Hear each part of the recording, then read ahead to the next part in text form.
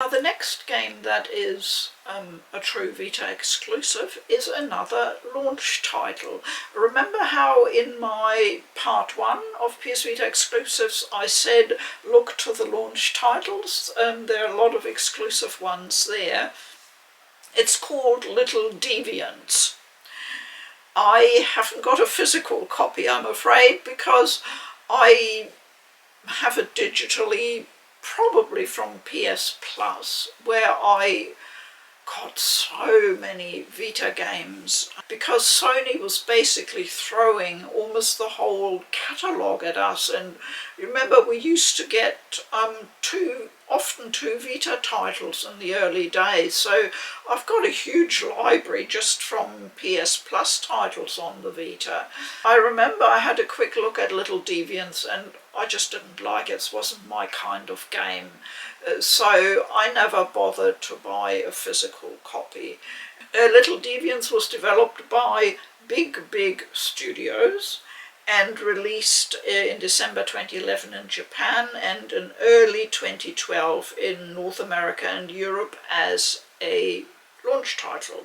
Little Deviants is composed of 30 mini-games that make use of the Vita's front touchscreen, rear touchpad, 6-axis motion controls and augmented reality capabilities. It sounds a bit like it was a demo for the Vita's fancy, I would say almost faddish features. Little Deviants was Big's last game since Sony announced the studio's closure in January 2012. There seems to be a bit of a pattern here with the closures, would you agree? Yeah, a bit sad really. And then we'll move on to the next game, which is another game for which I do not have a physical copy. It's called Army Corps of Hell, and the cover art is so gross that I tried several times to buy it and I literally recoiled every time, and I thought, no, I can't look at that, so I simply never bought it. It's an action strategy game developed by Intersphere, released by Square Enix in early 2012, and I can't tell you much about it, but it is definitely a Vita exclusive. Next, I'm gonna break with my own decision not to show you Japanese games for obvious reasons, because if we can't follow the story or the dialogue, then it's not really playable for most of us in the West who are not fluent in Japanese. However, there is the odd game that is considered import friendly, and I bought one of these games and I have never regretted it, because it turned into one of my all-time favourite games, and that is, believe it or not, a Hello Kitty game. Well, it's called Hello Kitty, I'm not quite sure why. The full title is Hello Kitty to Issue Block Crash 5. So there must have been other games maybe in that series in Japan. I don't know, but this is the one that was available when I was looking, and I bought it on the recommendation of other Vita Islanders. I've tried to check, and it's of course a bit difficult with a Japanese game. I cannot find it on any other platform, so I think it's a Vita exclusive. If anyone knows any different, you will obviously let me know. So this is what is called an Arkanoid game, or sometimes referred to as a brick or block breaker. You know, where you've got a sort of paddle at the bottom of the screen, and then you have to deflect a little bouncy ball, you know, in all directions to break the blocks until you've, you know, cleared the screen. I don't think I've played an awful lot of those, but the moment I started this one, I became completely addicted. The gameplay is so smooth, and every stage is different and presents its own challenge. It's just fascinating. How do I play it, you ask? Don't I need to know even just 3 words of Japanese? No, not really. That's the great thing about this game. I mean, obviously, if you knew a little bit of Japanese, I'm sure you would get that extra smidgen of enjoyment out of it. But I didn't even bother to look up what the different menu options meant via Google Translate or anything, because it is so obvious and so easy to figure out that you can literally jump in and start playing and you'll be good to go.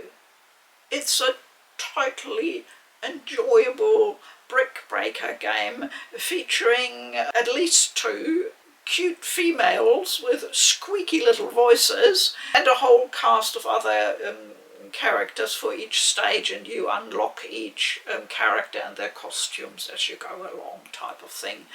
And it's all just, it's charming, it's completely lovable, and the gameplay is out of this world. Honestly, I love it.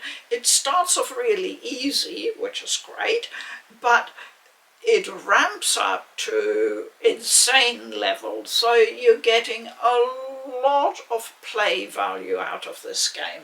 It's one of my favourite time wasters on the Vita, and I cannot recommend it highly enough. If you can get hold of a copy somewhere, maybe from an Asian retailer or on eBay, go for it. I'd be very surprised if anybody regretted purchasing this game. And what do you know? Confession time. I have another Japanese game.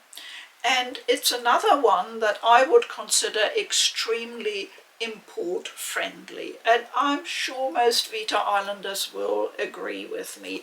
It's a music rhythm game. Of all things, you probably know by now how abysmally bad I am at rhythm games, and this one is just beautiful. So it's called IAVT, IA/VT, and please don't ask me what that stands for because I haven't got a clue. The subtitle is colourful, and it was published by Marvelous, and no, I have no idea what the text on the back screen says. Now it comes with a starting manual, which is, to be fair, in Japanese, as you would expect. But if you wanted to look up things, it would be easier to use your camera from Google Translate and just run it over these pages and just see if there's any information that might be helpful. It's a really, really detailed manual, and I'm sure would deepen gameplay, but I simply popped in my cartridge and I opened up the game and I just started playing. And I'll show you the title and menu screen, and I think you'll see why it is so easy for us in the West to play this game. I don't believe it's considered a fiendishly difficult rhythm game, so that's quite nice. We're not all of us, operating at Hatsune Miku levels. So this is the loading screen for the game.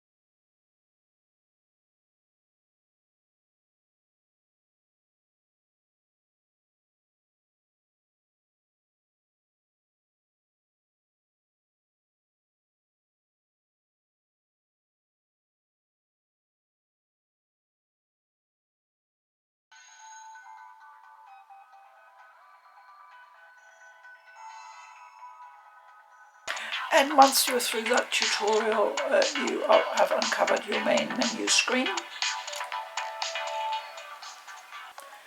And you can see some of the important menu entries are actually in English. And here you can get costumes. And here I just went into the daily play menu, and as you can see, the important things are actually in English. So it's really easy to find your way around.